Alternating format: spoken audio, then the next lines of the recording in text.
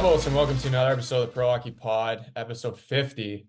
First of all, making it to episode 50, appreciate all the support I've had along the way. Obviously, wouldn't have got here if it wasn't for all you people watching, listening, or from wherever you are. I appreciate the support and hopefully continue to have it going forward. This week, another Swiss guy on the podcast. So we've had a couple of those on so far this year, and why not have another? This guy's been over in Switzerland the past 6 years now. Before that, played pro in North America and also was a Harvard graduate. So it's gonna be pretty smart, probably the smartest guy I've had on the podcast so far. So hopefully I can keep up with him. But yeah, going into a seventh season next year in Switzerland. Welcome to the Pro Hockey Pod, Tyler Moy. Thanks for having me. It's exciting to be able to share my story, and hopefully I can help help continue your goal of inspiring kids. No, I appreciate it. As you know, we were texting back and forth there trying to find a time for both of our schedules. Obviously, you were busy with the end of your season there and me busy in Mannheim, but I'm happy we found some time. But always like to take it back to the start, man. So I believe you were born in La Jolla, California, USA. What's like your earliest memory of kind of growing up there, growing up in California? Yeah, my dad was a former Division I college hockey player from Detroit, and obviously San Diego is not that big of a hockey hotbed, or at least wasn't back then. It's starting to grow a little bit now, but my dad is one of the kind of like the pioneers, I guess, in terms of San Diego hockey and what he created. But the earliest memories I have are coming back from probably when I was 3 years old. I have pictures of my first skating lessons, and I was like the only kid out there with full hockey equipment on. Everyone else has had skates and had full helmet cage, and I remember I was on like the little walkers too, and that was those were some of the earliest memories, just learning how to skate, and then played roller hockey a little bit too when I was 3 years old. Had the skates with the three wheels on it, and it was a little bit of mix of both roller and ice, and then I don't know how quickly afterwards, but pretty soon afterwards, I would have been starting like what they call like mini mites, and my dad was a huge player and being able to run that program, and um, you know yeah, I mean, we kind of started up like a tournament team based out of San Diego, in which we would like practice in-house. So like I don't know what you call that in Canada, but we had like recreational league. So you're practicing with your in-house team, and then we would have like a tournament team practice with like half ice, to also get better. And so we were like a young group of kids coming from one ice rink in San Diego, and then we'd be taking on like all these other teams across California, especially in LA, who have a lot more kids to choose from. And we had quite a bit of success there. But those are the earliest memories I have going back, like playing tournament team and that kind of stuff. But yeah, it's good times to look back on. You mentioned you played like inline or roller hockey there. It all makes sense now after watching you play. Just kind of like, your control with your edges in your hands, which I'm sure were crafted out there as well. But like you mentioned too, kind of growing up in California back then, like hockey wasn't as big as it is now, I would say. I believe like the Kings were there. I think the Ducks and Sharks were, just coming in, or maybe had just come in a year before or something. But like what ultimately kind of drew you to the sport of hockey being a California kid? Because obviously out there, I would say there's other avenues that might be more popular in terms of sports. Yeah, 100%. I mean, my dad is a huge factor, huge, huge Red Wing fan. I became a huge Red Wing fan of Steve Yzerman. They had a dynasty back then. So to watch them on TV, and to have Red Wings jerseys, we had actually the San Diego Gulls as well there, which was a semi-pro team, and we knew some players in the team, and going to those games. Um, but I don't know. I mean, obviously, I'm sure my dad had an influence in like putting a stick in my hands and getting me some skates and whatnot. But it's definitely not that popular. At least when I was growing up, it definitely wasn't that popular. I was one of the only kids at my school that was playing hockey, um and in California, at least back then, it's still not so popular, but we didn't really have high school hockey. We only had, or middle school hockey, or whatever you want to call it. they had like roller hockey teams, but they never had ice hockey or anything. So you're playing club. So while most kids are playing for their schools and doing extracurriculars with their classmates, I never really had that kind of, I guess, camaraderie or bond with my schoolmates. So like as soon as I left school, I was going to the rink. And so like all my friends are from all over different parts of San Diego. And so yeah, it's definitely a little bit, of a different experience than, maybe the rest of the world or the United States where you have like Minnesota and Massachusetts where you're playing more for your school. So yeah, a lot of my friends were and friendships were created, outside and with kids across San Diego. Did you play any other sports too? Like a lot of guys I talk to, it would be hockey in the winter and then I don't know, baseball or something else maybe in the summer there. What about yourself? Yeah, I played baseball and soccer growing up as well. I mean, I really enjoyed them as well, but I think that my parents got to the point where it was like they felt bad and felt it was wrong that I was having to miss so many practices because of hockey, because hockey was my number one love. And they felt bad that I was just showing up for the games and didn't think it was really fair to the other kids that that was kind of happening. And so at one point, I don't know exactly what age, maybe 7, 8, we made the decision, okay, we're going to go full time into hockey now. And because that's what ultimately what I love to do. I love to be out there. I was on the ice all the time. And but I definitely love those sports as well, but it wasn't anywhere close to hockey. There's only so many hours in the day, unfortunately. Exactly. Yeah. And what was kind of like I like to ask the like kind of the Americans about this because it's obviously different than in Canada for us. Like growing up, we have, our minor hockey system is kind of like triple A, double A, single A. Yourself growing up in California there, as you mentioned, like there probably wasn't many teams around. But what was kind of like your minor hockey path? Yeah, it's a good question. In San Diego, we didn't really have AAA at all. So you could make the decision to go to AAA by playing up in LA, which is 1.5, 2 hour drive, you know, not to mention the traffic that you could run into up there. And so you would spend maybe, let's say, 2 hours in the car one way, 2 hours back. And for us, we weighed those options, especially when you're thinking about, okay, you're getting to a higher level, you want to push yourself to be the best player you can be, play against the best players. But for us, it was the reward was not worth the cost. And for us, the cost was not being able, like those hours that you're spending in the car driving up there was hours that I could be spending on the ice getting better. So that's the approach that we took. I played like double A my entire life, basically underneath my dad.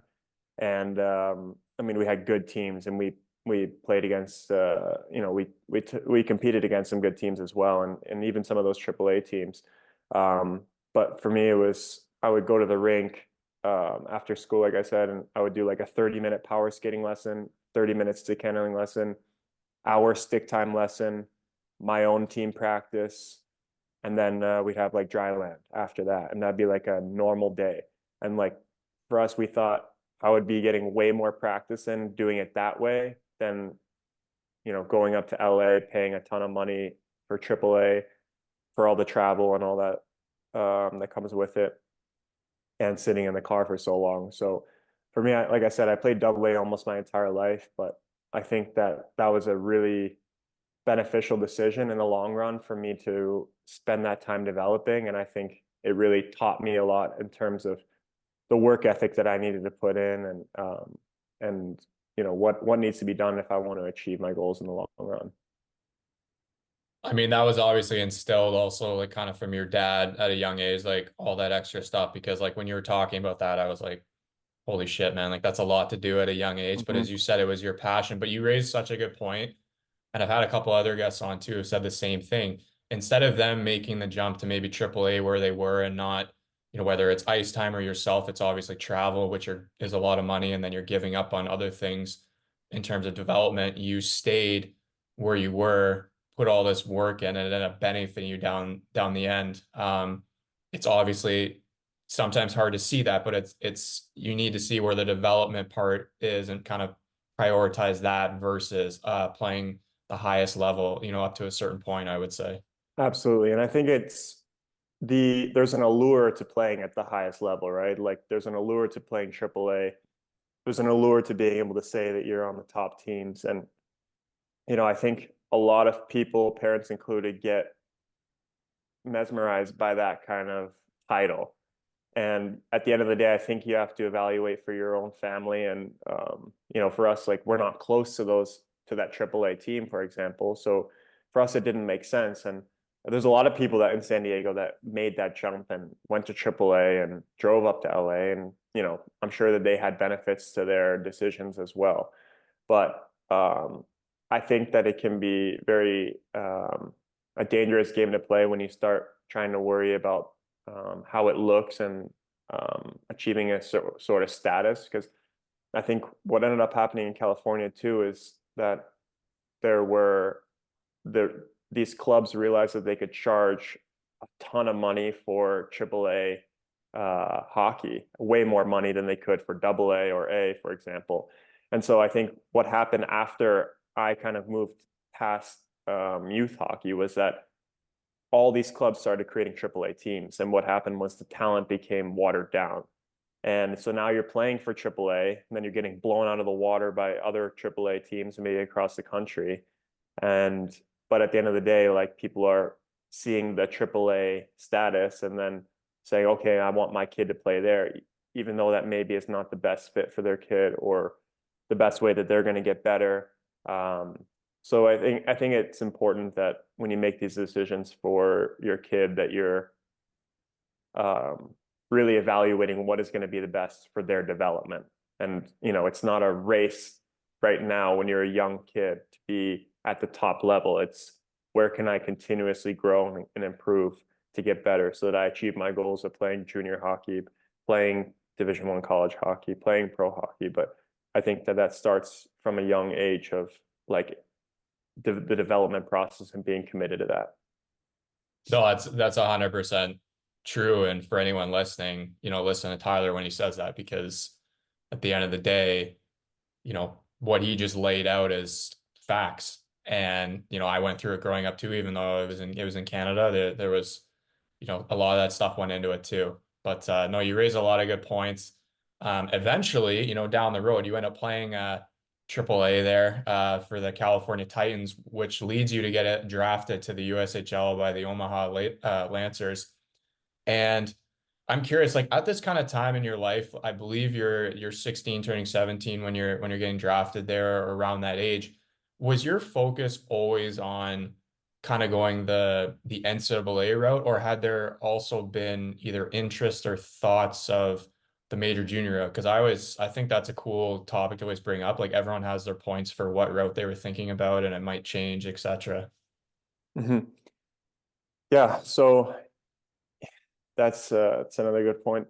In California, we don't have any Division I college hockey teams, right? They used to actually have one in San Diego called USIU. My dad is an assistant coach on it back in the day, and that's what brought him to San Diego in the first place. But in California, you really have almost no exposure to college hockey. You have ASU, that's fairly close now, a relatively new team in Division I college hockey, but yeah, we don't really have much exposure to it. So the WHL can, at least when I was growing up, could reach out to you or draft you, I believe, at 14 years old. So they're getting to you way before colleges can talk to you, because I think colleges couldn't like have contact with you until like summer after your sophomore year of high school or junior. I don't remember the exact rules, but the WHL could somehow come in contact with you before college could.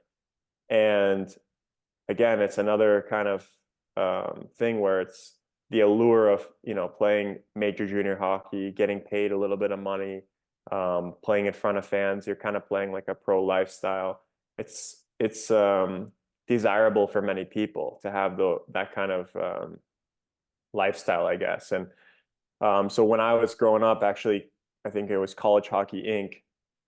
had a camp out in California, and the purpose of it was to expose parents and players to what college hockey can offer, how many guys are moving on to the next level, to give them an idea of what they can expect in that kind of lifestyle. And so I think that's extremely important that you had that representation within California, especially because, like I said, we're only really getting exposed to the WHL. I always had like really good grades growing up. And I think, I mean, for me, no doubt, my intent was always to play college hockey. My dad played Western Michigan. I mean, my family's very, very big into school and academics being able to open up, or actually athletics in combination with academics being able to open up doors for you. So from a young age, yes, I definitely wanted to play college hockey. My dad being from Michigan, I thought going to Michigan would be pretty cool. Never dreamed I would go to Harvard or anything like that. But definitely wanted to go to college. I was not drafted in the WHL draft.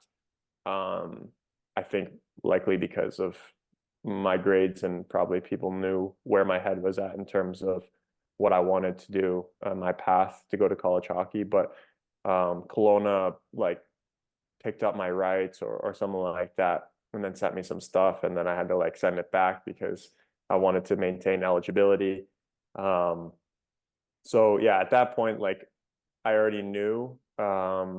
And I didn't know exactly what that meant. I mean, I knew that I wanted to go play juniors. I thought like the NAHL or the USHL would be great to be able to play there. And but again, like you don't have that much exposure to that either.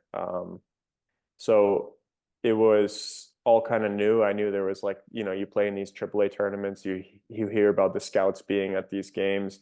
We had the USHL Combine that I went to in Chicago. So those were all like great, brand new pieces of information that are being introduced to you as a young kid and your parents um, and that world. I mean, my dad was fairly well educated because he was a coach. But you're getting exposed to like to new environments, to new leagues.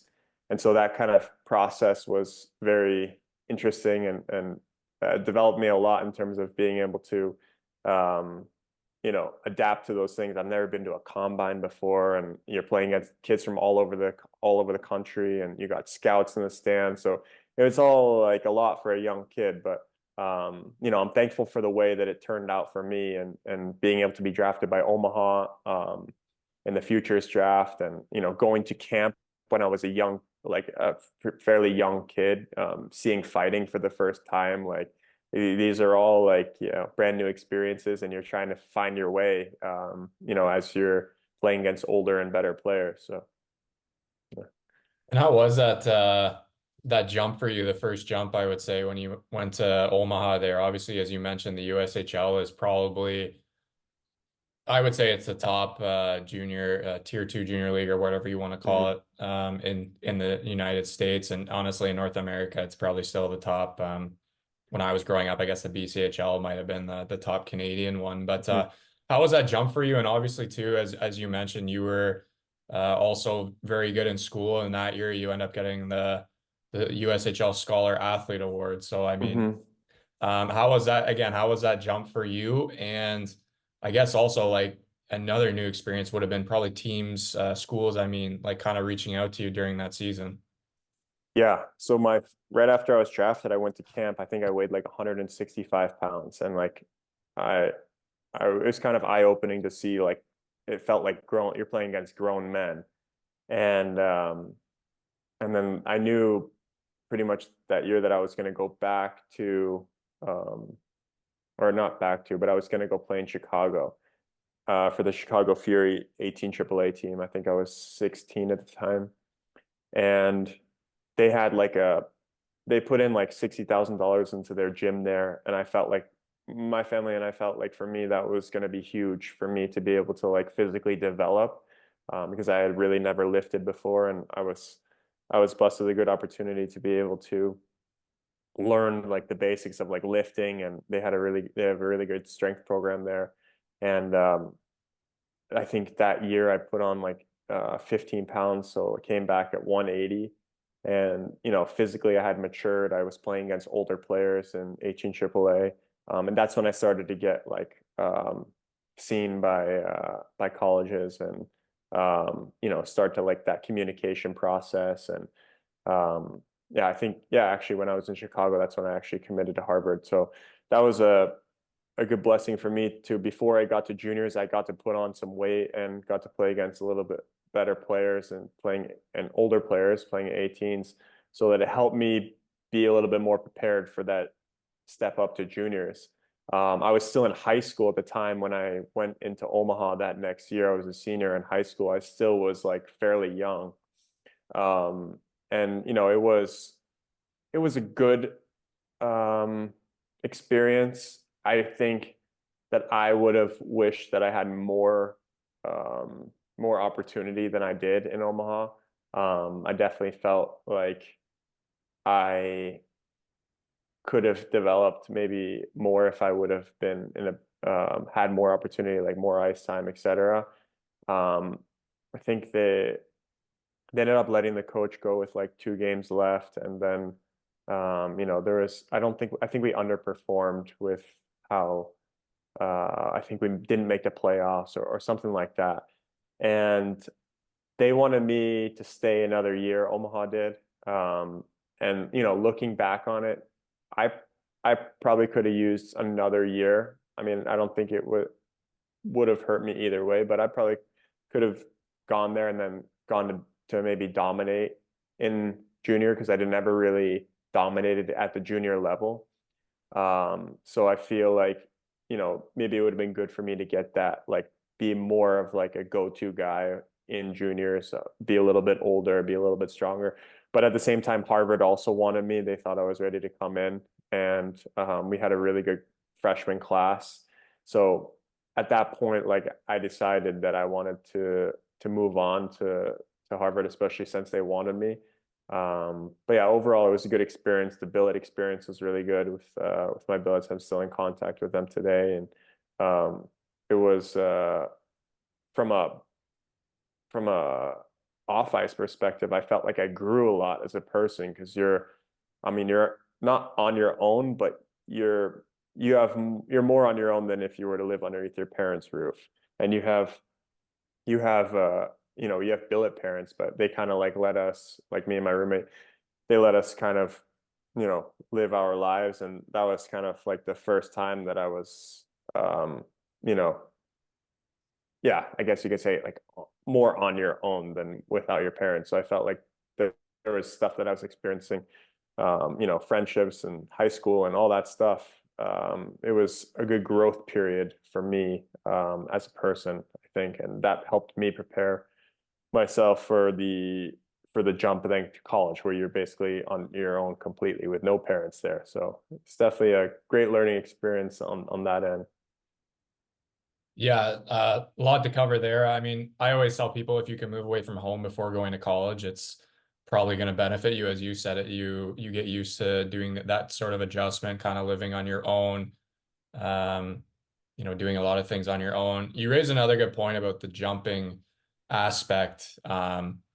Sometimes athletes get so caught up in getting to the next level that they don't understand that, you made a good point that it worked out for you going to Harvard at a young age, but if you had stayed another year, kind of got that experience of being able to maybe dominate the league, more play in higher situations, more pressure situations, bigger role, it could have also benefited you as well. And that's Mhm. something that I think athletes struggle with. It's just always about how can I get to the highest level as fast as I can, which always isn't the right answer.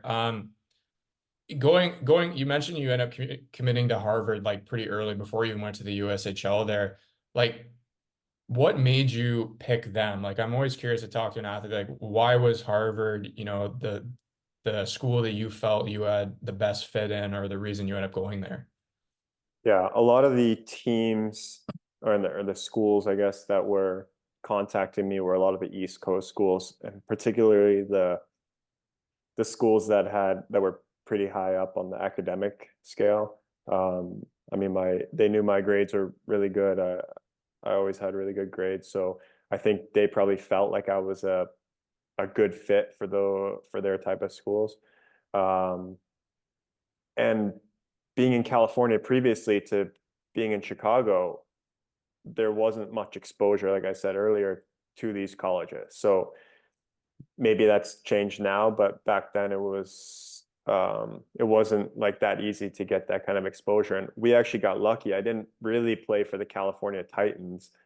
We were the San Diego Gulls, and the California Titans didn't have a 16U team. They only had like an 18U team. So they played out of a rink called Isoplex, and we also played out of a rink called Isoplex, but like they're 2 hours apart. And they gave us their position to play with their jerseys in the NAPHL, which was like, you know, I don't know if that even exists now, but it was like the youth league of the NAHL, like kind of sponsored by. So at those tournaments and showcases, you had a lot more exposure. And I think I wouldn't have got that exposure if we didn't kind of get lucky there. So we were playing with like blue helmets, orange and blue gloves. You know, I don't know. I think maybe shells too. I don't really remember. But then we had like black and white and gold jerseys. So we looked like, you know, like Mighty Ducks D5 kind of out there. But it was good for us that we kind of got that exposure. And yeah, and then in Chicago was kind of really like the first, you know, you're more of a hockey hotbed. You're closer in proximity to scouts, I would assume, and colleges. So I think, you know, that was really a big time for me to be able to showcase myself and be able to, you know, have those scouts see me or those colleges see me. So I think I got lucky um, that I had that NAPHL experience to get a little bit extra. And then, you know, when I came to Chicago, it was definitely a lot better. But it was kind of like a whirlwind with the commitment process. Like I think that if I didn't commit so early, I would have had a lot more schools like um, be in contact with me. But like I said, like the majority of the schools that were in contact with me um, were coming from those East Coast and like higher academic schools. And I had visited like I narrowed my like three schools down to Harvard, Princeton, and Providence.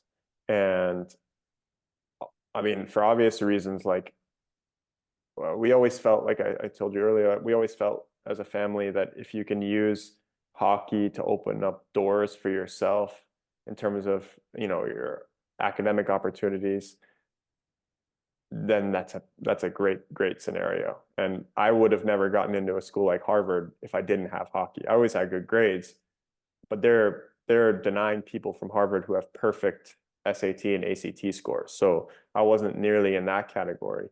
Um, but I played hockey and was fairly good at it. So that definitely helped me. And, you know, they have different standards for slightly different standards, I should say. I still know people that were committed to Harvard and then didn't get in because the school felt like they weren't going to be able to fulfill the academic requirements or be able to handle the academic rigor of the school based off of, you know, their course load that they took or their grades or whatever. And, you know, and they're not dumb people, they're smart people, but at the end of the day, they still felt like it wasn't enough. So it's not like a shoe-in just because you're good at hockey that you can get into a school like Harvard. But I felt like without hockey, I would not have been able to get into a school like Harvard. So I was very thankful for that opportunity. And I was able to leverage hockey in that sense, which I think is best case scenario. But anyway, so like I visited Providence and I visited Harvard as well. And I had um, a visit planned to Princeton, and then Harvard. I forget when they offered me, but I waited like a month or two to like evaluate, you know, what other schools are offering me and to weigh my options. Plus, you're in the middle of like, you know, you're a junior in high school. You got other things going on. You got hockey games going on, and anyway, so then Harvard like contacted me and told me that they need to know in 2 weeks whether or not I'm going to commit. And I had a visit to Princeton that was later than 2 weeks. So I had to make a decision about like Harvard, Providence, or Princeton without ever even visiting Princeton. And so at the end of the day, we decided as a family, it's like it's such a hard decision to pass up a school like Harvard, where the name is recognizable around the world. One of the greatest academic schools in the world, and to be able to play hockey there, it was pretty. Yeah, I mean, it was a pretty cool experience, and I would have never guessed that it turned out the way it did. But at the end of the day, that's ultimately what we decided, and I think that a huge piece of that was just the academic part. That's like I would have never been able to do that without hockey, and it was hard to pass that up. I had no clue, like I said, that we would have the success that we did down the line. Um, I don't even know if I even processed like, okay, what is this team? Like, how good is this team? What are my chances of making pro from this team? I don't even, I don't remember those thoughts even like coming into my head. I just felt like I get to play Division I college hockey at one of the greatest academic institutions in the world. How can I say no to that? And there's one thing to be said too. It's that if you go to a non-Ivy League school, you can get full athletic scholarships. With Ivy Leagues, they don't allow you to do athletic scholarships because, I mean, I think it's because they want to maintain their academic, I don't know, Hierarchy or standards. integrity. Yeah. Yeah. So they don't want athletics to start to compromise that. So the only break in the price that you're going to get is the financial aid, and everybody's treated the same. So like Harvard has a fairly good financial aid program. So I didn't end up having to pay like too much, but I did have to pay, for some of it. And I definitely could have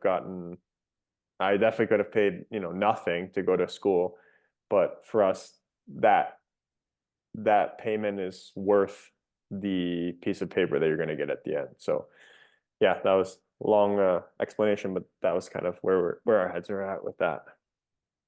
I mean, you basically said it that, Harvard itself is such a prestigious and well-known school that it opened up with hockey. It helped open up doors that might not have been there without hockey, and having that eventually on your resume and getting a degree from there one day will go a long way. Hmm.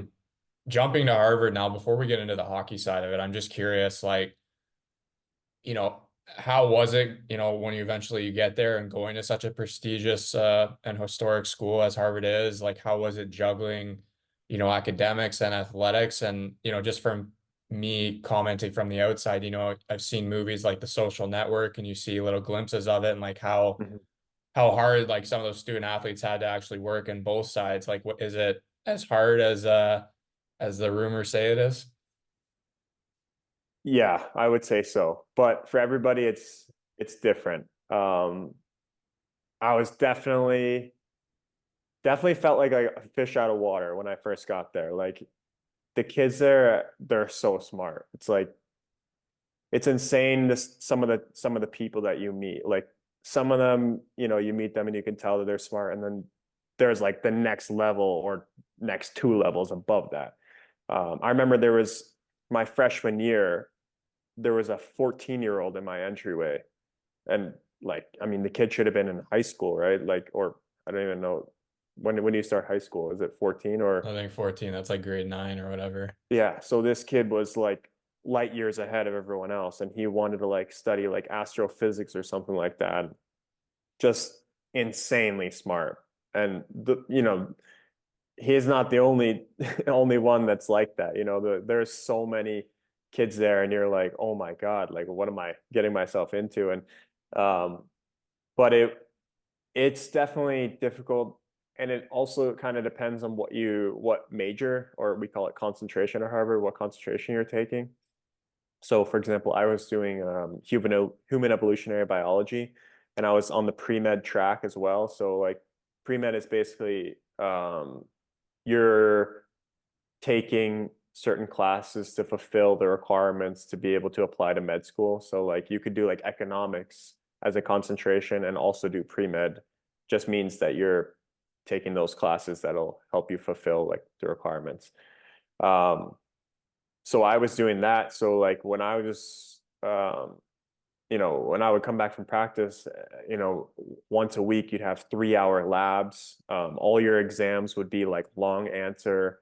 There's nothing like fill in the blank or like, multi-choice, none of that kind of stuff. So like the tests, you had to know your stuff front and back. You had like, for a lot of those classes, you had like multiple aspects of the class. You have like the class teaching one thing, and then you have like a separate part teaching another thing. Then you had like, and you'd be tested on like both of those. So like you have like a lecture component and a lab component and have basically exams in both of those. So like for me in the science world, it was pretty difficult. And I think I was one of like the few kids on my team that was actually taking a science major. Most guys were taking like economics or something like that. Or yeah, so it was definitely, I think going the science route was definitely pretty difficult. I ended up like stopping the pre-med route after like 1.5 years because I just realized like with hockey and with the level of hockey that I want to be at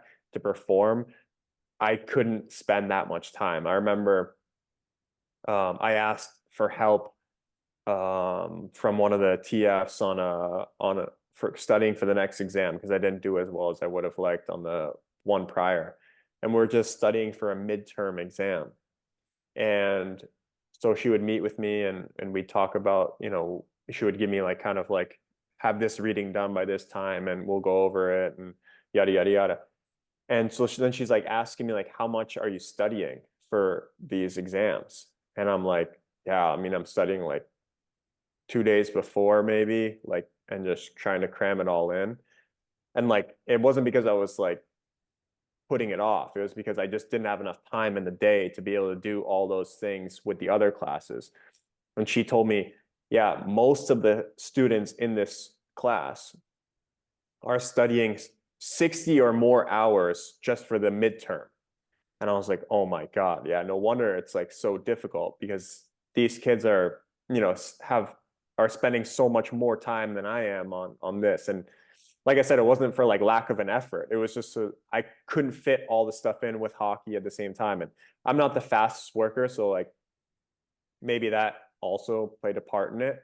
But having that workload, especially in the science department, was not easy. And I wouldn't say that everybody's experience was like mine.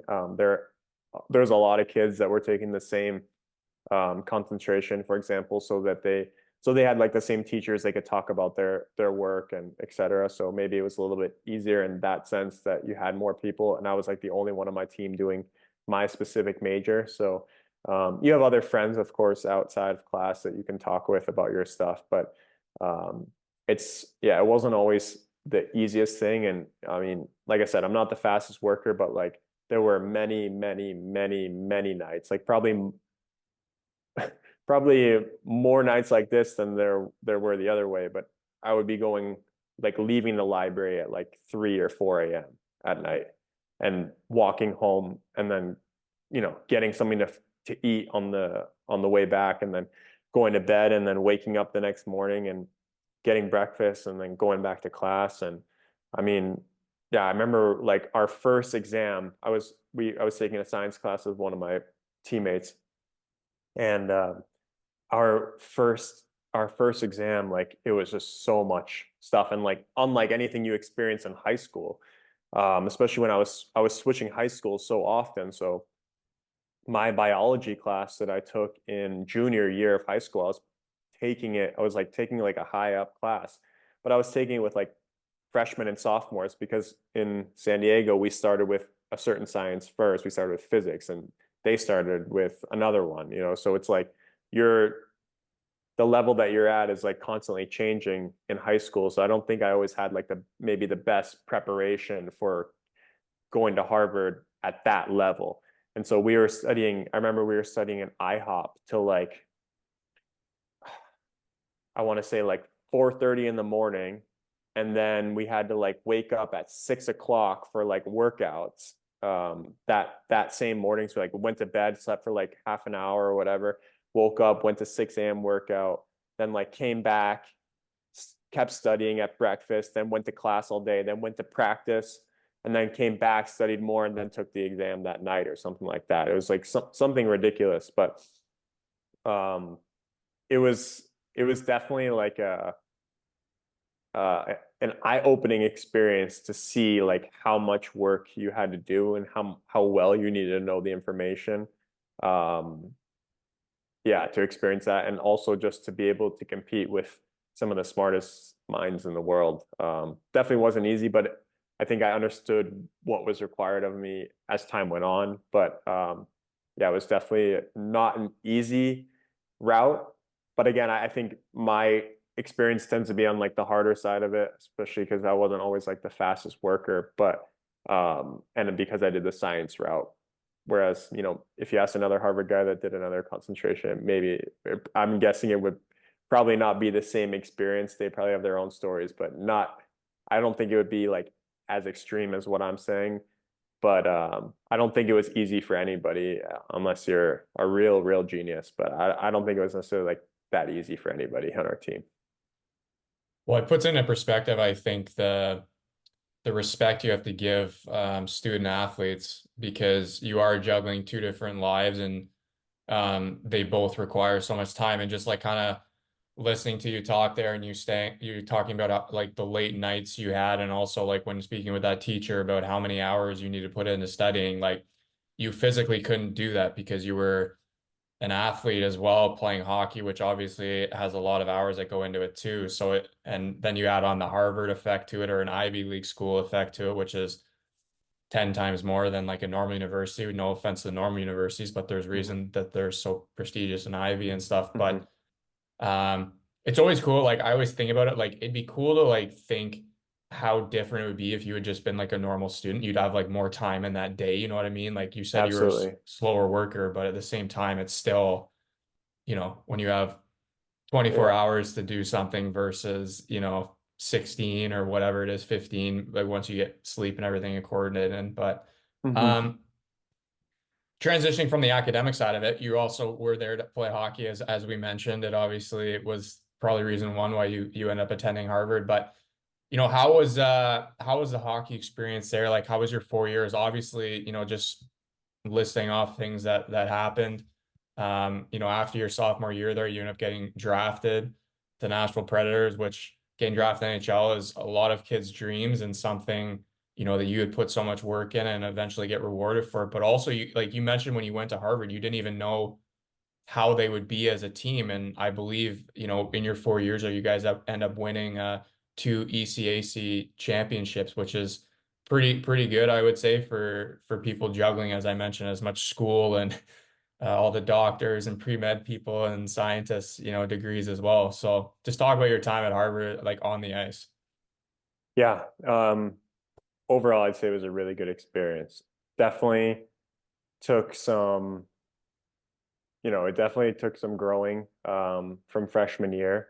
Um, I was like, I think I started out like when I first got there, they like had me on like first line, and then my second shift, I think, of my college career was like a preseason game.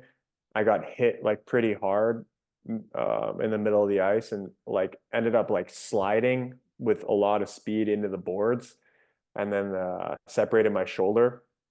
And like that was like a tough that was like the first time I ever really got hurt and I like had to like miss like 12 days and I was like in tears, because I just started and I was looking forward to the start of the season and then came back and um, I think I wasn't on the first line anymore. And so I had like a little bit of growing pains in that sense, but I got opportunity on the power play. The good thing was we had such a uh I think we only had like four seniors my senior year and we had like nine freshmen. So like the nine freshmen that came in, we were able to play like fairly large roles um pretty quickly. Um, which was great. Like I said, you get exposed to college hockey and in that sense, but definitely wasn't always the easiest. Like I learned a lot as a player. then you're juggling school, you're juggling the social aspect. Um, you're playing against grown men now. And I went in as a true freshman, which, obviously, it's not that common. So I was still fairly young, compared to most of these guys. And yeah, so it wasn't the easiest situation. I definitely didn't get like uh, the most opportunity that I maybe would have wanted. Despite, like, again, like I said, despite having 9 freshmen, it was definitely probably more than what you can maybe expect on other teams at that time. And then sophomore year, um, again, I wasn't like playing at on like maybe the line that I maybe wanted to at the time. But one of the guys ended up getting hurt, and I played 8 games with the top line. And I put up like a ton of points during that time span, and ultimately like showed enough, throughout the year that I was capable as a player to be to be a pretty good prospect. And so I ended up talking to teams and ended up getting drafted, which I I don't know if I ever expected that to happen, but it was I felt very thankful that I got the opportunity to show what I had. And I always believed, like, coming in, that I have what it takes to be a top player. I always believed in myself. I always put in so much effort in the summer, training, more than most anybody that I knew. And I do it because I'm addicted to it. I love it. But I always like felt like, okay, the summer is a time that I can get better and better and better than other people. And so I always had that like belief in myself that I could, if I got the opportunity, that I could prove how good I am to the outside world. And um, I think that I was I was ready when the opportunity presented itself to me, which was, I'm thankful that I was able to, make the most of that moment where somebody goes down, and you don't never want to see that. But it benefited me in the sense I was able to like get the ice time, play with some good players, and be able to show what I have. And so that was great to be able to have that opportunity to get drafted. I mean, to see your name on the TV, and to get that phone call from Nashville was pretty special. And definitely something I'm very thankful and proud of that I was able to accomplish. But um, even then, like junior year, didn't have the didn't have as much opportunity as I would have liked. I think I was still playing like third line at that point, and I was like a two-way centerman that was able to, like, produce. I was still actually producing, I felt, but I was like very defensively reliable. And again, like there were, times where I like got opportunity, but again, it wasn't like I saw myself as like an offensive guy, like a guy that's gonna like skilled offensive forward, and I wanted to be able to like show that. And it wasn't like as much as I maybe would have liked at the time, but then came along senior year, and that was the time that I like really broke out and got to be able to show what I have. And all throughout this time, I'm training, training, and training. I was always one of the last guys off the ice. Summer, like I told you, training so hard and every day with my dad on the ice. And I'm very thankful for that time that he spent so many hours every single day with me, being able to work on my game. And so anyway, everything kind of came into fruition in senior year. Played on a really good line. It was 3 seniors. It was me and my 2 roommates, actually, and we were one of the best lines in college hockey. As a team, we accomplished basically every single goal that we wrote down, except win a national championship. I mean, and we had a lot of success previously in junior year as well. We won, yeah, like you said, we won the ECAC championship then, and so you could kind of start to see the formation of a really good team. And then we lost a couple of really good players, and then people are wondering, okay, how are they going to be able to follow that up? And I think a lot of us as players really took that next step in our development in our careers. And culminated into a really, really good team in 2017, our senior, or 2016, 17, our senior year. And, we won the Ivy League championship, the ECAC regular season, ECAC championship. We won our NCAA regionals, went to the Frozen Four, and a lot of people had us picked to win the national championship that year. And we lost in a heartbreaking game against Duluth, where they scored with like, I don't know, like how many, I think they had like 26 seconds left to go up ahead. We had a goal called no goal because they couldn't find the referee couldn't see the puck. We shot the puck in the net. He blew the whistle. I was standing right there. I thought the puck went in across the goal line before the whistle. They go and check the video review at the United Center, which is where the Blackhawks play. So you're thinking that they would have like the best technology possible. And then they're looking at the video for 5 minutes. They come back and tell us that the audio wasn't working. And so that they couldn't reverse the call from no goal to goal because they don't know when the whistle was actually blown. So there was just so much emotion in that game. And they scored with 26 seconds left. We ended up I think we hit the crossbar twice in 26 seconds to end the game, and ended up losing a heartbreaker there. So, but the experience all around to have so much success as a team. We worked so hard within the room. We had like a Navy SEAL that worked with us for the past, I don't know how many years, but he started working with us while we were at Harvard. I think while we were like freshman or sophomore, and he was a guy that was studying at the business school, I believe, and he was a former member of SEAL Team 6. And we wrote together like our team ethos. We started like holding everybody accountable with like certain jobs. We had like every week after games, we'd have like recaps, and basically, so you would summarize kind of like how the game went. You would talk about what we could have done better. You could say like, this week we have this stuff going on and this is what we need to focus on. So we had, everything was like broken down. We had like the plans for the whole year, in terms of like, what do we want to achieve in terms of points? Where were we struggling in previous years? What can we do to like fix those things? So everything just like was so dialed in that year, I felt. And this is a culmination of stuff that happened previously, but I just remember everything just worked like clockwork. We were all dialed in, pulling the rope in the same direction. We all knew what we wanted. We all bought into it. We even we're working on like, how can we get more students in the stands? Like, what can we do to like, increase like, increase or tickets and like ticket sales in like the student section. What can we like, what kind of stuff should we be doing? Like, we should be going to other teams events so they're coming to ours. So like we were like working on all ends as a team, like the players, to like make this the best experience possible. And it was one of the most fun years of hockey I've ever had, especially winning, having personal success. And yeah, it was just a great experience overall. And I think it definitely like went up and up and up. And to end the way that we did, it was pretty special for sure. Obviously a tough loss, but to have that be the last year at Harvard was pretty special.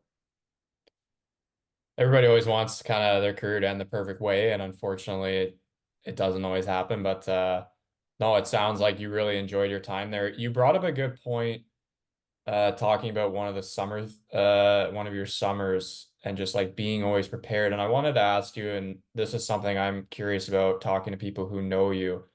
Like, you're known for your tremendous work ethic.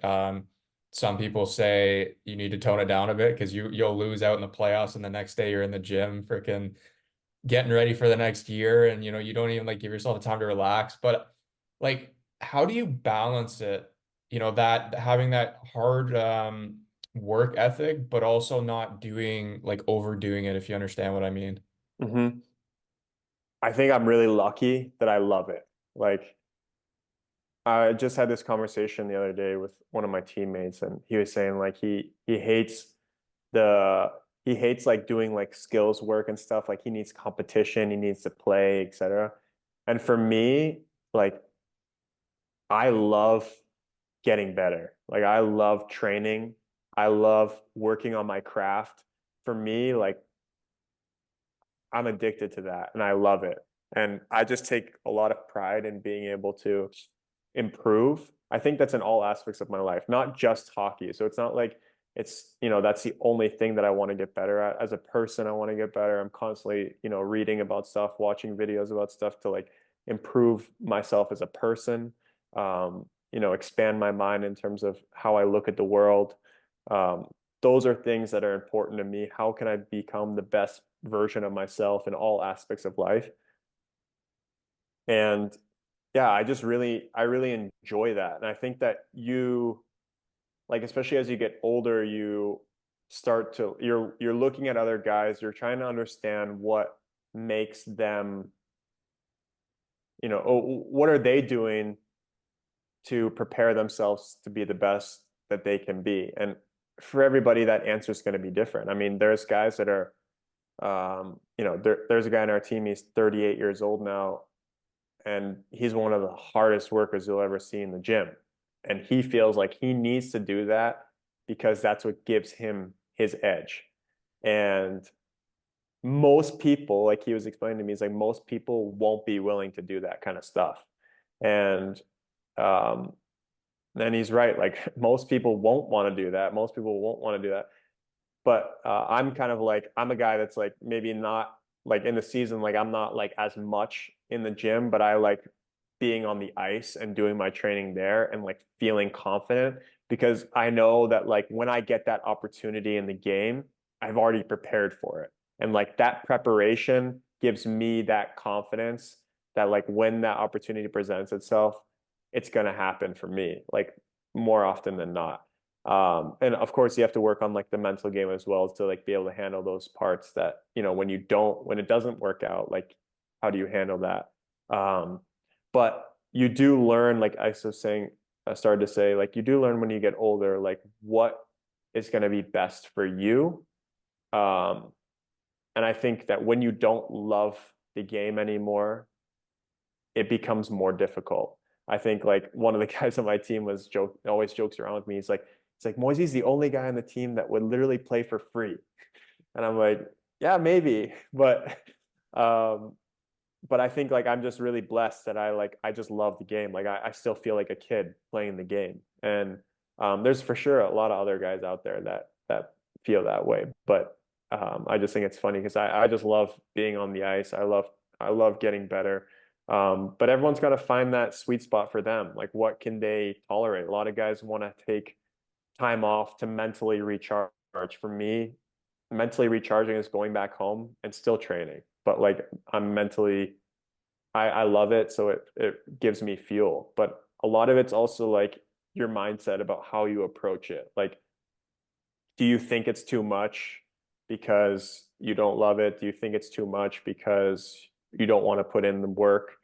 Um, there's a lot of different philosophies on that, but everybody's got to find what works for them. And like I said, like I'm lucky that I love it, and I'm also a hard worker in general. So like I would feel guilty if I didn't put in the work. Like at the end of the day, I want to know that I did everything possible to achieve my goals. I've been like that ever since I was a little kid. Like I don't know, I like how old I was, but like 10, 11 years old, I just decided on my own, okay, I'm not going to drink soda because I want to make it to the NHL. And I don't think drinking soda is going to help me make it to the NHL. So like, there's just like little things that I always did when I was like a little kid that was like, because I was determined to accomplish what I wanted to accomplish. And I was going to get rid of anything that didn't help me achieve what I wanted to achieve or be the best version of myself.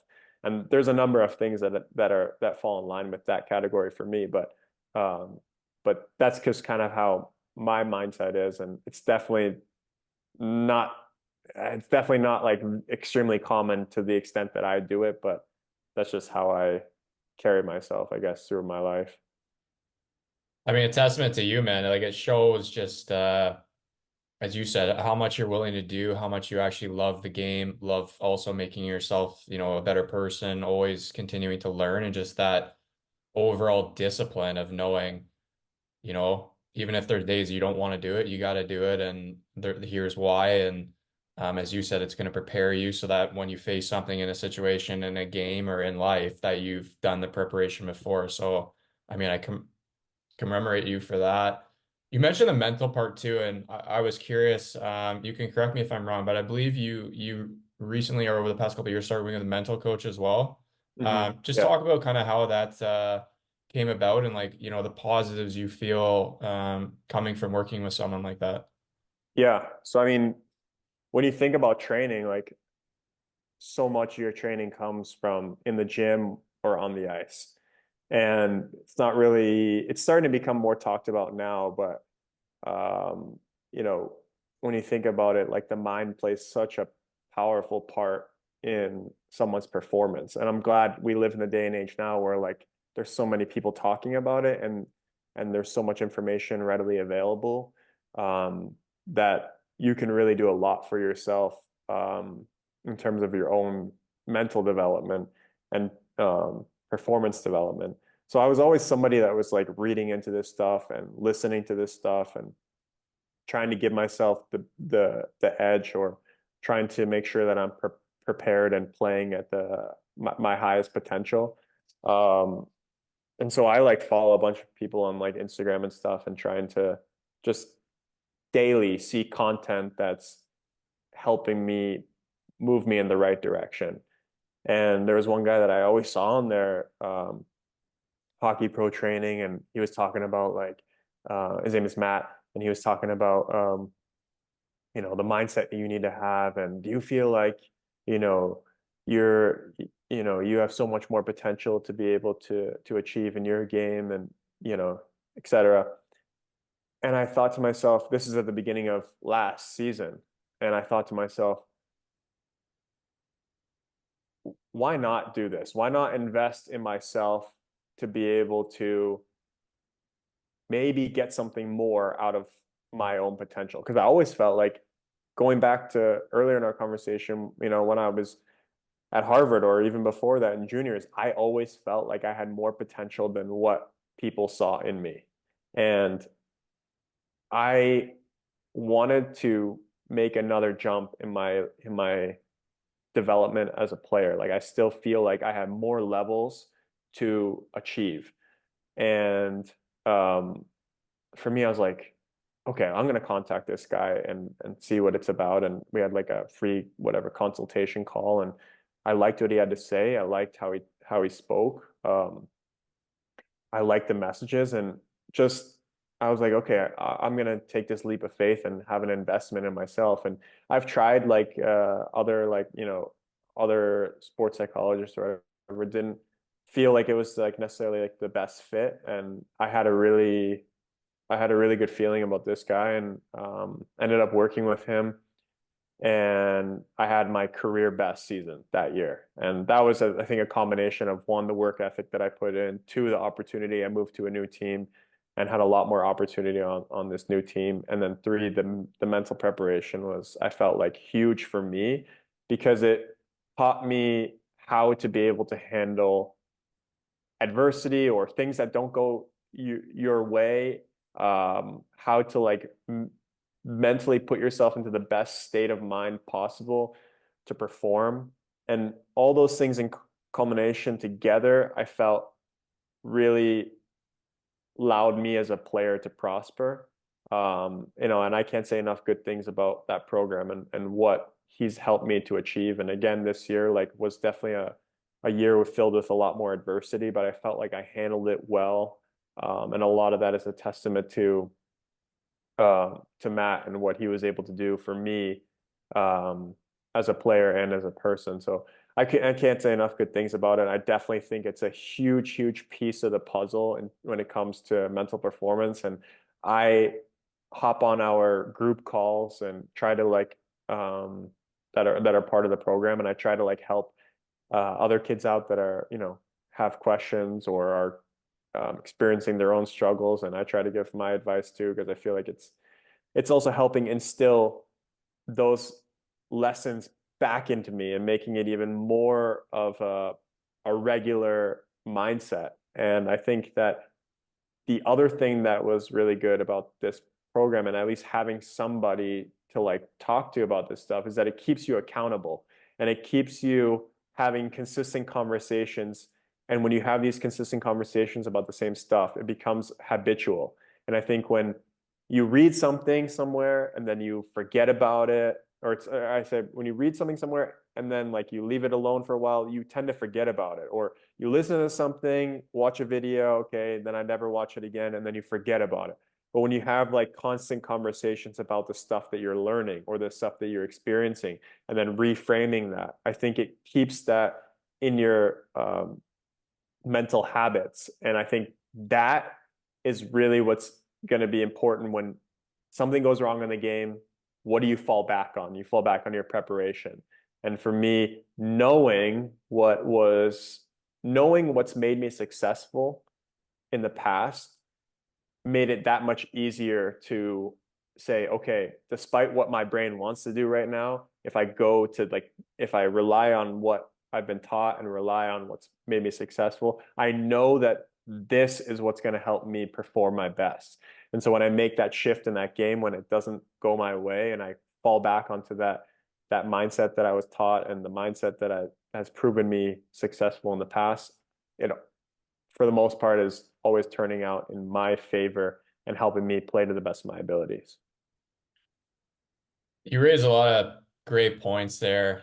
Just the one that sticks out to me, I think, is just the kind of repetition. Like we sometimes forget that yeah, if we watch this one video one time or if we read this one thing in a book one time, that means it's forever in our head, which isn't true. You need to Mhm. constantly um, go through it again, and then sometimes that sparks other ways of thinking, or hey, maybe this way would work too. And it's just a constant evolution, I think, of how the brain can get stronger and how you think about things. Mhm. And especially as you mentioned today, I think, 20 years ago, if you worked with a mental coach, it was pretty frowned upon in pro sports. It was kind of given as if you were mentally weak and you weren't going to Sure. make it, which today it's more accepting, I would say, and the more positive thinking about it. Because as you said, we train our bodies on the ice, off the ice. Why not train our brains as well? So I'm Mhm. happy that you found someone that's working for you. That's also part of it, finding the perfect person for that kind of aspect. Transitioning back to your hockey career now. So we kind of were going through Harvard there. You end up finishing, signing a pro contract, and your pro career begins with the Milwaukee Admirals there in the so Mhm. that's a Nashville's affiliation team. You end up playing parts of 3 seasons there before heading to Switzerland. For those listening, Tyler has a Swiss passport as well, so heading to Switzerland uh, is a lot easier with having that passport than it might be for just someone with one passport. But how was your experience playing in the AHL there? Because we're talking about the next jump, right? Like playing North American Pro is obviously a lot different from college, and just kind of talk about your experience in Milwaukee. Yeah. So after our Harvard season ended, I went and played 5 games with Milwaukee. They were like finishing their season basically. So while I was still trying to graduate from Harvard my senior year, I was living in Milwaukee in a hotel and basically trying to like find ways to finish my schooling on like, you know, talking to my teachers on like, I don't even know, email, or I don't know if they had Zoom back then or what it was, but um like I would get help like with like notes and stuff like that sent to me from other people. And definitely wasn't like the easiest time, like as you're playing pro hockey and then I'm in the hotel lobby like trying to like get schoolwork done at the same time. Um, but it was a great experience. I went there, got opportunity right away. Um, I think I had like, I don't know, 4 points in my first 3 games or something like that. And I felt like was doing pretty well, scored my first pro goal. So it was a great experience. I felt like to be able to get a little bit of a taste um, of uh, pro hockey, especially coming from college hockey, it was definitely pretty cool. And I mean, you're achieving the goal of becoming a professional athlete, which is amazing and a real accomplishment that not that many people are able to accomplish in their life. So I felt really proud of myself that I was able to do that. And then I signed an NHL contract, entry level, and then went to camp the next year. I think at the time, or maybe the year before that, like Nashville was really, really good at the time, and they were. I think they won to the Stanley Cup final maybe that previous year. So I had a lot of really good players, and um, I went, yeah, I went to camp and got sent down to Milwaukee, and I did not get very much opportunity. I was like playing like fourth line for basically the entire year. A lot of times I was playing with like fighters on my line. Um, and I was playing, I don't know, many nights it was like 7 to 8 minutes a night. So it was definitely tough, like especially being like a go-to guy in college. Um, Power play guy. I wasn't getting power play time, wasn't getting penalty kill time. And I always saw myself as a skilled forward, like a guy that's like, making plays and good vision for the ice, good shot. Like those are things that I felt like I excelled at. And I never really was able to put those on display playing like pretty limited minutes. I mean, I made some nice plays here and there, but it was tough. Like it was tough to have the confidence to and to be engaged in the game when you're not playing that much. And that was like I said, a real eye-opening experience. I'm like, okay, how do I handle that? How do you keep moving forward? How do you maintain a positive attitude and positive mindset when these things aren't going your way? And it felt hard to see that at times. Um, but it was at the end of the day, it was a great experience in being able to play professional hockey and travel around the US playing games. Got to play in San Diego in front of my hometown and in front of tons and tons of fans that grew up knowing me or growing knowing my dad, or my dad coached them, and so to have that was a pretty cool experience, coming home like that. And um, but yeah, it was definitely not the easiest year. And I was like, dang, like what do I have to do in order to be able to get more opportunity?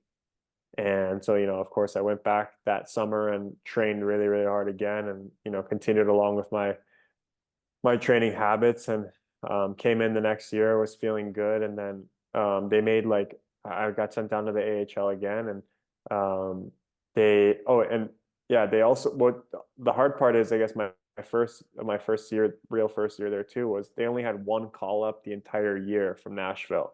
So like even if I wasn't a guy that was called up, if you had a few more call ups or guys are going down in Nashville, you would maybe get more opportunity within Milwaukee. And that never really happened. So there was like almost no movement. Like I said, only one call up the whole year, I believe.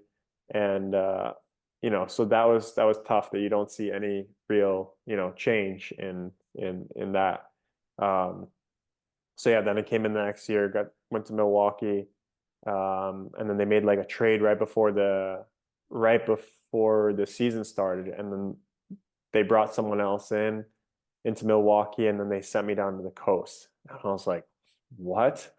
And I felt like I think I scored like in the preseason game right before that, and I was like stunned, and I was like, I'm on an NHL contract or NHL two-way contract. I was like, damn, like I do not believe that I should be here in the coast right now. And that was like another like piece of adversity in my life where I was like, okay, how do I handle this? Because like my goal is to make it to the NHL, and here I am in the coast. Like, how am I going to get there? And um, I went down to Atlanta, and it was actually a really good experience. Like, I really liked the people there. Living in like in Atlanta, like the sun was still shining and everything, and we had a pool at our apartment, and I got to be like a go-to guy. I felt like really dominant there, and I was playing good hockey, and At that point though, when I was like got traded, or not, sorry, not traded, when I got sent down to the coast, I was like, I was like talking to my parents about like what am I gonna do and yada yada yada. And an agent that has a lot of Swiss guys, he had contacted my parents beforehand just because he knew I had a Swiss passport. And I know I was trying to get a trade and I was trying to like, go to a different team where I could get more opportunity. And in the meantime, this agent contacted my parents and asked them if I would be interested in going to Switzerland. And that was, the first time I had thought about that idea. And we talked about it. And ultimately it was like I didn't want to get labeled as like a coast guy down there. I mean, some guys make it out of there, but I felt like it was tough to, it's not always the easiest once you get maybe labeled within professional sports. And so I was like, okay, like, let's do it. Let's get out of here and let's go to Switzerland. So I actually ended up getting called back up to um to Milwaukee like pretty soon after, like I don't know, like after 3 games or some, maybe two games. And then at that point I was like kind of knew that I was like gonna go to Switzerland in the middle of that year if I could get my contract like terminated. Um and yeah, so at the end of the day it wasn't the experience that I had hoped it would be. Because when you leave the AHL or you leave North America, you're placing yourself kind of like further away from your goal of playing in the NHL. And in today's day and age, with the AHL, it's a development league. They have like rules about like now about like how many veteran players you can have and how many games they can play. And so like the rosters on these AHL teams is so young. And when I went there, it was like the guys that were playing big minutes, it was almost no young guys. There were a ton of guys within my year and the year afterwards that were young, like entry level contract guys that terminated their contracts because there just wasn't very much opportunity during that time for the young players. And afterwards, in years since, Nashville's been a team that's called up a ton of young guys and given them opportunity. But during that time, they were playing a lot of veteran older guys on the team. And as a young guy trying to develop, maybe I wasn't ready to make that jump to the NHL at that point, but I felt like I had the prospects to be able to develop into maybe getting a chance to play in the NHL one day. But I didn't feel like with those kind of minutes that I was really going to be able to develop the way that I wanted to. And that was, tough to face that and tough to handle that. And like I always was a guy that tried to like continue to get better um and find ways to get better. But it was definitely a tough situation. And then yeah, that's what ultimately um um kind of led to me deciding to go to Switzerland. And that's, I would say, kind of the system there in the AHL. Like, if you're not a guy getting put in a place where you can have success, like for the type of player you are, you might get kind of pushed behind or not get the opportunity that you deserve or think you should have. And obviously going to Switzerland, having a passport there, it's not a terrible thing either. It's a great league. You've obviously been over there for the past 6 years, as I mentioned. You first go to Lausanne, and then after that you end up going to Geneva. So for anyone listening, Lausanne, Geneva, they are like, Toronto Maple Leafs, Montreal Canadiens, just Colorado, Detroit, since you're a Detroit guy. So just hate Mhm. each other, that kind of rivalry. But I found it cool that you kind of played for both teams. You also met a good buddy of mine, Josh Juris, there and played with him also on both teams there, Juice. But how was your experience kind of in Lausanne and in Geneva? And evidently you end up making a change after that, after a couple of years there and going to Rappy. And you can kind of comment on this, like just talking to other people. For whatever reason, when you left Geneva after that second season, you went to Rappy, like something just clicked or you were given maybe the opportunity that you'd been deserving of for the past couple of years because you ended up just taking off and becoming, an elite scorer in the top Swiss league? Hmm. Yeah, so going to Lausanne, I had no clue what to expect in Switzerland. I knew that they were like a fairly good team. They had some, really good players in their team, and I talked with my agent like, what would be the best fit, and they're like, yeah, I think you have an opportunity to be a go-to guy here. Went there, and it was a really good experience. I came in like November. I think I played a pretty good amount. Felt like I was developing as a player, and I feel like for me, it was like I put in so much time and effort in the practice part of the game of like developing my skills, but it was really good for me as a player to like learn by going through the experiences of the game to like, to experience all these nuances of the game of how it's worked. And of course there's like differences in like the North American game to the European game, but I felt like for me that was a really big time for me to develop as a player. Um, and yeah, it was a really good experience. We were playing in a temporary rink. They built like a temporary rink while their other rink was being built. And I mean, it was like it looked like a giant tent, but I thought it was pretty nice for a temporary rink. Um, so that was our locker room was like in a giant cargo box basically. But it was yeah, I enjoyed the experience. I had no clue about any of the other players really in the league. I think I was like pretty like naive, like didn't know like, I didn't know who the guys were in the other teams. I didn't know what the other teams were known for. I didn't really know Switzerland in general, and I didn't really pay that much attention to it. So I was just like playing hockey, and I enjoyed that. I was just coming there and being able to like show my stuff. Um, it was like being able to like kind of recreate your own identity as a player to go there and be a scoring guy, and yeah, so I really was thankful for that opportunity that wouldn't have been there without having a Swiss passport, because it's pretty difficult to get into Switzerland without a or as an import. It's pretty difficult. So very thankful I had the Swiss passport thanks to my mom, who is from Switzerland, so was able to get that for both me and my sister.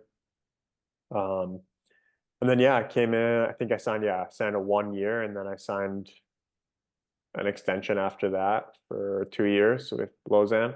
Then they had the next year they had the brand new arena, um, which is a pretty nice rink there in Lausanne, and it was a that's when I played with the Juice actually, and became one of my best friends, and um, we I think uh, from an individual standpoint, that season was a bit tough in the sense that I think I only scored like two goals that year, but I was setting a lot of guys up, and um, I think I had a fair amount of assists that year, but like it was tough to see how much I was creating offensively and how much was going in. I think there were like some advanced statistics that I was seeing that I was like, at one point I was like top 10 in the league in offensive chances created, fairly deep into the season. And I mean, I only had like two goals. So it was kind of like, you know, jaw dropping to like see that and to like, like not understand like, okay, why is it not going in? But I think a lot of like what I realized was like I'm like trying to set up so many guys like with like the perfect pass or the perfect play, and that, sometimes it works and sometimes it doesn't work, and you need to have like the guy to be able to finish the play to go in, and it's not like anyone's fault that it doesn't go in or anything like that, but I was like, damn, like this is, you know, not what I expected to happen. But I felt like I was playing some of my best hockey. Like on the ice, I felt really good. I felt confident. I felt like dominant with the puck. I felt really good at my skating. So there were a lot of things that I felt good about. It just wasn't necessarily transpiring into like what I had hoped. Um, and yeah, and then like towards the end of the season, I started not getting as much ice time as I think if I remember correctly, as I would have hoped. Um, and yeah, so then I was like a little bit, didn't know the feeling about like, okay, what's my future here if like I'm not playing as much, and because I still want to be a go-to guy and develop, because I also want to try to accomplish my goal of, playing in the NHL one day. And yeah, so like that wasn't easy, and we had some talks, and a new owner took over kind of, and he thought that I wasn't being like utilized as much as I could have been that year, and felt like I'm a guy that he wants to keep around, and thinks I'll play a big role, and et cetera. I still had one more year in my contract. And then so whatever, then I go back home and have a good summer, like in terms of training. And then I um was coming back to Geneva. Yeah, sorry. So I came back to Lausanne, and then Geneva contacted me while I was in like quarantine because of the COVID stuff. So I had to like be cooped up kind of for a while. And then in Geneva, or sorry, then Geneva, when they contacted me, they asked me like, would you, we like in Switzerland actually, sorry, you have to, if a trade happens, everyone has to agree to it, because I'm under contract with Lausanne. So like if Geneva wants to trade for me, Lausanne can say, yeah, we want to trade, but I would have to okay the trade. And so like Geneva GM called me, asked me like if I would be interested in a trade. And he said like, this is where we would see you, and like we think that you have play a big role, and yada yada yada. And at the time, there was like some drama with like one of the players on the on our Lausanne team. I won't get into the specifics, but they wanted to get rid of him because of some stuff. And so I got looped into a trade basically with this other guy. And I was like, yeah, I'll do it. Like I kind of wanted more opportunity, and I wanted, maybe something different and a fresh start. And so I did that. So left Lausanne ultimately, decided to go to Geneva. And then yeah, I like Geneva was good opportunity as well. Again, I felt like I spent 2 years there.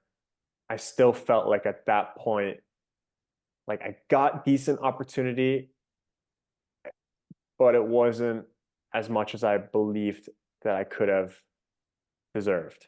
I started to score more. Like to come back to that point, I started to understand the importance of goals, especially when like my shot was like one of my assets. I started to understand like how important it is to score goals. And so I started to use my shot more, started to not necessarily look for like the perfect shot, just to like trust that like when you put it on net, you're giving yourself a good opportunity. And I still take pride in like my setup game and whatnot. But I think I really started to understand the importance of scoring goals, and also how I can utilize my shot, because I practice my shot so much, how I can utilize that to my advantage. So started to score more. And yeah, but again, I felt like I had more to give than what I was being given. And so anyway, I spent 2 years there, and came in, um, came in. So it was last season. Yeah, last season came back into Geneva because I signed like an extension after the first year. Um, and then came back into Geneva, and so I had one more year on my contract after the 2 years. And basically went through camp, and they told me, yeah, we like I don't know, like we think you're a really good player, but right now we have you on the fourth line. It's like I don't know if we're going to be able to get you any PP time, any PK time. And this is kind of where things are at. And I was like shocked by that, kind of like I knew that they had a good team. They had a lot of good, really, really good players, and they increased the imports from 4 to 6. So you have like usually in Switzerland, the imports are usually some of the top players. So when you do that, like you're definitely decreasing the ice time of like the other guys and creating more competition. So I understood that they didn't see me that high on the totem pole because of how, the years previous I wasn't even necessarily like one of their go-to guys. But, to be fourth line, I was a little bit surprised by that. That they kind of saw me in that way, because I definitely didn't see myself in that way at all. And so like other teams were contacting my agent in the background about potentially trading for me. And um, yeah, ultimately, like I had a really good relationship with the people in Geneva, the GM and the coaches, and despite like how I felt about like my situation, like I still liked them and respected them, um, and they felt bad too that I think that they couldn't give me more, or they felt they couldn't give me more of an opportunity, um, and they wanted to do right by me. So they actually, I'm very grateful for that. They actually allowed me to leave to go to a different team. They didn't even trade for me or anything. They basically let me go for free. And at the time, like I was deciding between a few teams, and there was definitely some interest. And ultimately, after meeting with some teams, I decided to go to Rappersville. And Rappersville had finished fourth in the league the year previously. They're like a lower budget team that kind of like overperformed compared to what people expected them to. And I liked what they had to say. I liked what they stood for. Um, and ultimately it was a fresh start. And I said, yeah, let's do it. So after doing like whatever 6 weeks of training camp with Geneva, I like left Geneva, packed up my apartment, drove across Switzerland to Rappersville, moved into a new place, and then yeah, started a fresh fresh start from there. And I felt like that was like a time that like I was like, okay, all the things that didn't go the way that I wanted them to go, this is a chance for me to change that. All the things that previously had happened, this is a chance for me to kind of restart. And so I made it a point that I would approach this scenario in like a new way to reinvent myself. So like I made it like a goal. Like previously, I had kind of maybe been like a little bit more shy, or didn't speak up, or didn't make my presence like felt, in the sense that like I kind of like let other people take like the spotlight. And I felt like, okay, like that's not who I want to be. Like I want to be a go-to guy, so I need to carry myself like that. So when I got there, like I was very respectful, of course, to everybody, but I was not shying away from giving my input about, on the ice, or certain plays, or, things that discussions about the power play and etc. So like I felt like I was carrying myself the way that I wanted to be treated. And I think that was really important in my development, to be able to approach a new situation like that. And then at the time, like I talked about earlier, I started working with my mental coach at that point too, and that really helped things. And um, the opportunity that I got, they told me when I went there, they're like, we can't promise you power play time, we can't promise you penalty kill time. We think there's a good chance that you could play there, but we can't promise you anything.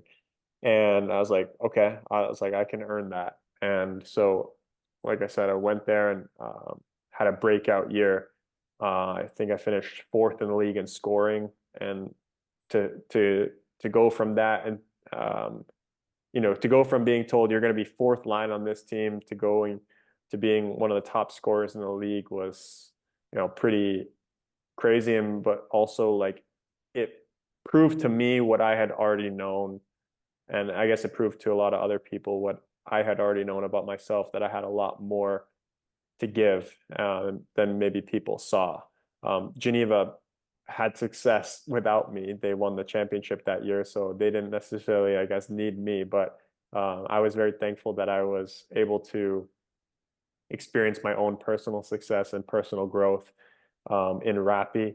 But yeah, to like see everything come to fruition, the beliefs that I had about myself, the hard work, the mental preparation, all those things.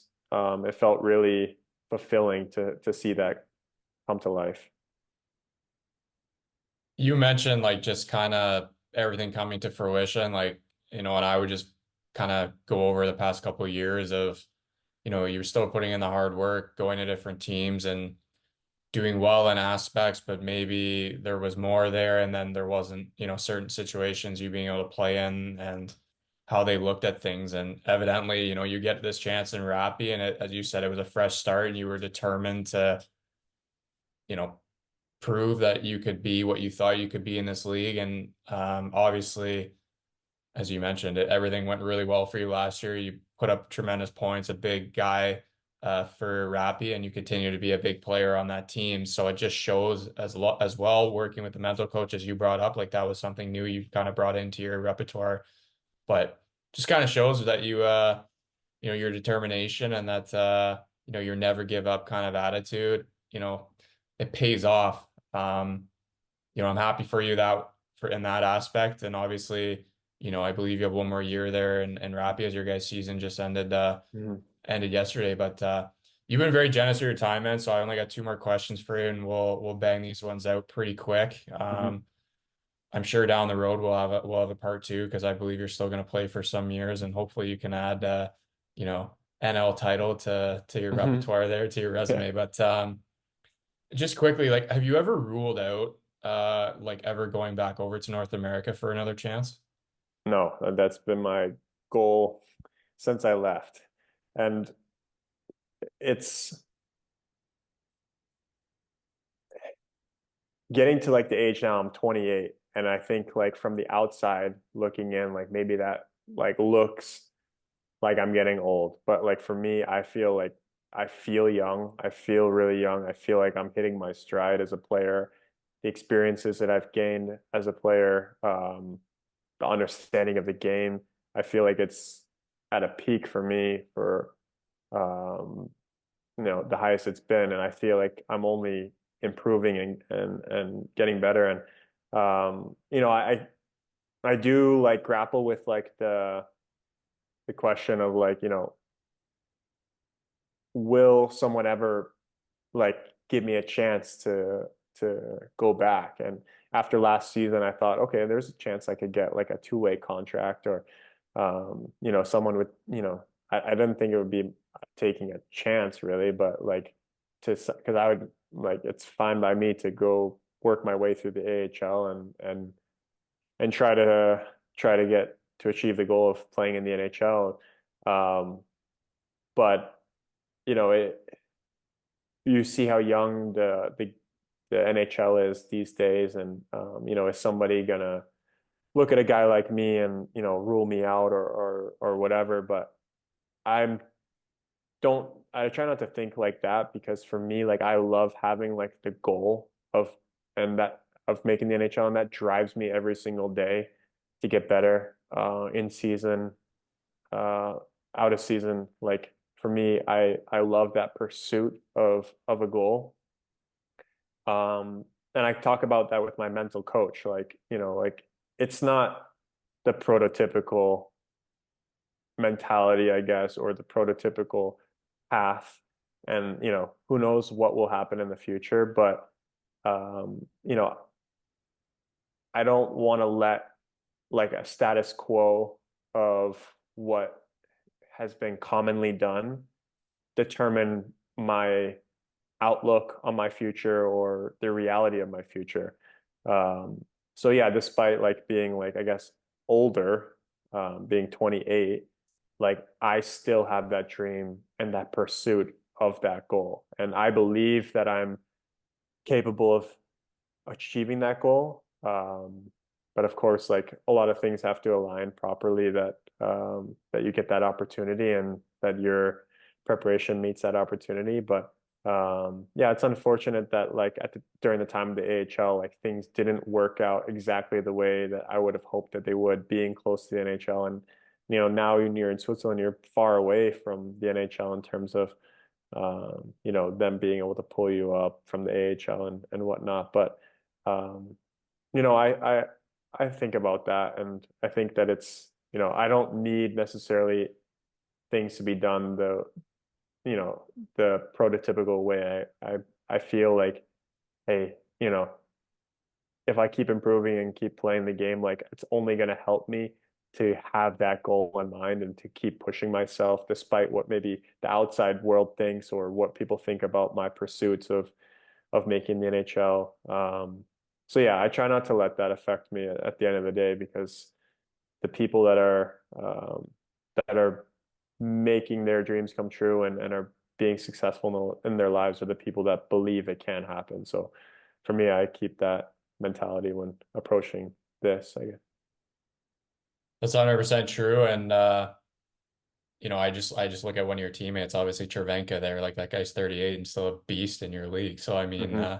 it's clear that yes, it is a younger game, I would say, in North America, but as you said, what you've gone through and what you've learned over this journey has allowed you to maybe mature in ways that if you didn't go through it, you might have not matured, or at least at this fast of a rate. And who knows, man? You keep putting up points in this league. You see many guys get chances. A buddy of mine, Corey Conacher, was a guy that Hmm.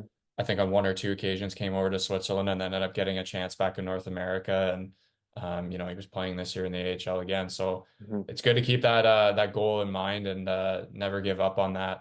Yeah. Um, Last one for you here. So I like to end the podcast always this way and ask this question. What is one piece of advice or multiple pieces of advice that you would give the younger generation? So if you're speaking to younger kids out there, younger hockey players, 15, 16, 17, 18 years old, what is one or multiple piece of advice you would give them?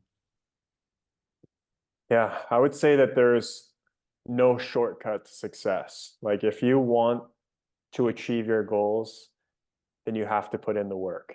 And my dad being a coach and me being around the rink all the time and seeing so many young kids and um, you know, coaching kids and kind of mentoring some players that are underneath me as well, like in terms of age, like junior players and some college guys, like seeing the lineage throughout time of like who makes it and who doesn't make it. It's usually the guys that are willing to put in the work and they're dedicated to their craft. And there's so many players at this young ages that will say, I want to play Division I college hockey. Something my dad would always say, tell the stories like, but then when it comes to those kids practicing in the spring and summertime, they're nowhere to be found, or they're here and there occasionally putting in the time. And they think like, okay, my kid wants to play AAA hockey. Okay, well, think about the hundreds of kids across the state of California or the thousands of kids across the United States that have the same exact goal as you, but are putting in 10 times the amount of work. And I think it's a reality check for a lot of people, and maybe it doesn't seem like it at the time, but like I've seen countless kids realize too late in their lives, whether it be 16 years old, 17, even 15, like that now they want to start putting in the work. Now they want to play junior hockey. Now they want to play college hockey. Now they want to like actually really commit themselves to that. And they're too far behind the other guys that are already have put in that time. And it's not impossible. There's late bloomers. There's people that have achieved their goals that come late, but the chances are far less when you wait to put in that work. And for me, like it's doing the things. I mean, it's like I said earlier, like it's better if you love it, but if you don't like, if it's not like, if putting in the hard work is like not something that you necessarily like love to do, like you still have to find a way to do it. And I think that too many people these days think that they can get away with just being a part-timer or, somebody that's just occasionally showing up or, they show up at the rink, but they're not all in to like that session and they think that things will come easy to them. But that's not the reality, and people will have to face that reality sooner or later in their lives. So I think that when it comes down to it, like it's such a huge piece that you're dedicated because there's thousands of kids just like you that have the same exact goal that are willing to put in more time and effort into it. Another piece of advice I'd say is do good in school, like take school seriously, because it opens up so many doors for you that you can't even fathom right now.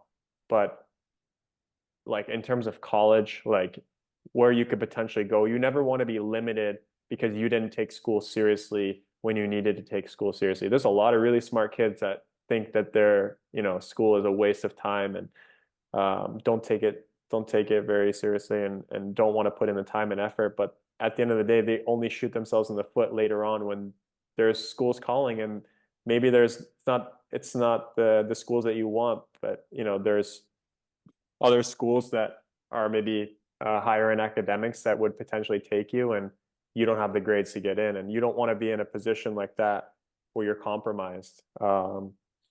I'd say also, like, be a good person.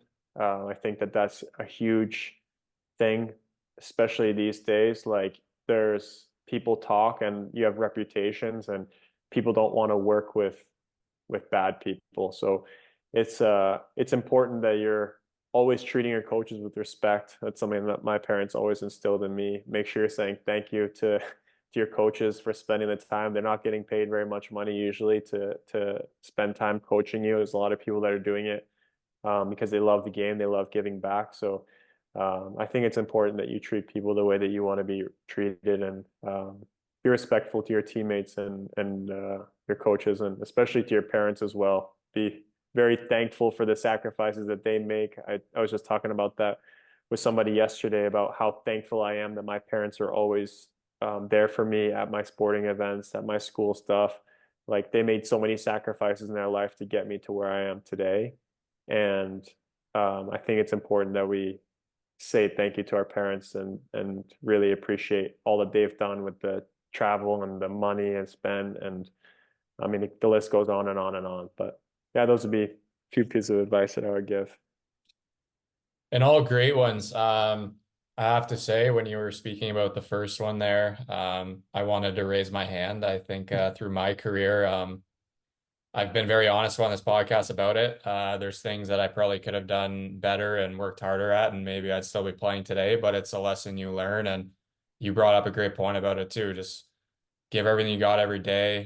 There's going to be people out there already putting in more hours than you. And as you said, it's hard to make it up at a certain age. And then obviously too, doing well in school, very important. And then obviously being appreciative of everyone, especially your parents, as you mentioned, they give so much time, money, effort to allow you to chase your dreams, and your parents did that for you. And as you said, you're very grateful for that. But I'm grateful for your time today, man. I really appreciate you sharing your story. For those listening, Tyler's season just ended, and he'll be heading home for a bit, but then coming back because he's going to camp for the Swiss World Championship team there. So it's back to work right away. I wish you the best there, man. No doubt in my mind that you'll probably be the hardest working guy on the ice. If my resources are correct. But again, appreciate you taking the time. Appreciate you sharing your story, and we'll definitely stay in touch. I'll definitely be following you. Obviously, Switzerland's not too far from the German border. Yeah, this was really enjoyable. I'm glad I could share my story with you, and appreciate all the questions and the interest. And yeah, we'll stay in touch. I'd love to do it again sometime. Sounds good. And yeah, for those listening, give Tyler a follow on Instagram. I'll tag his account on these videos when I post them. Give us a follow on YouTube and Spotify and everything like that if you haven't already. Episode 50. That was it. Until next week. Cheers and ciao.